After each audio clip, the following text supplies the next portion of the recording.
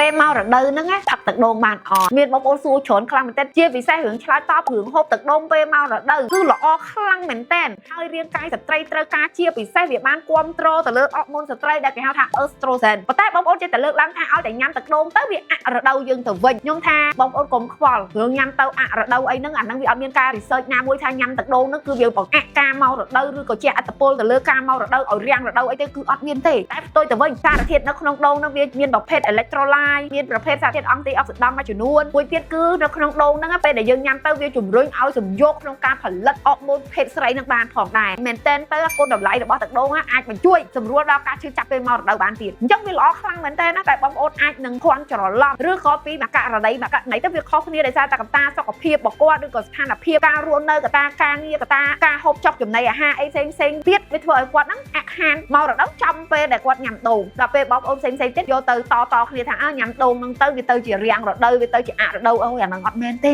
ញ៉ាំទៅគឺល្អគឺដូងល្អខ្លាំងណាស់សឹងថាពេលខ្លះខ្ញុំលំបាកវិញលំបាករកកន្លែងញ៉ាំដូងព្រោះវាអត់មានហាងសម្បូរដូចយើងផឹកកាហ្វេដូច្នេះហើយបងប្អូនណាដែលមានដូងដែលដូនតាយើងខំប្រឹងដាំទុកឲ្យយើងតពូតកូនតចៅវាជាអំណោយទានសម្រាប់សុខភាពខ្លាំងមែនតើតែម្ដងវីដេអូនេះចេញពីបេះដូងរបស់អ្នកគ្រូសីប៉ៅដែលចង់ឲ្យបងប្អូនស្ដាប់ហើយបងប្អូនញ៉ាំដូងឲ្យបានច្រើនទៅជាពិសេសស្ត្រីយើងទាំងអំឡុងពេលមានផ្ទៃពោះសម្រាប់កូនហើយកំពុងមករដូវសិតតែល្អ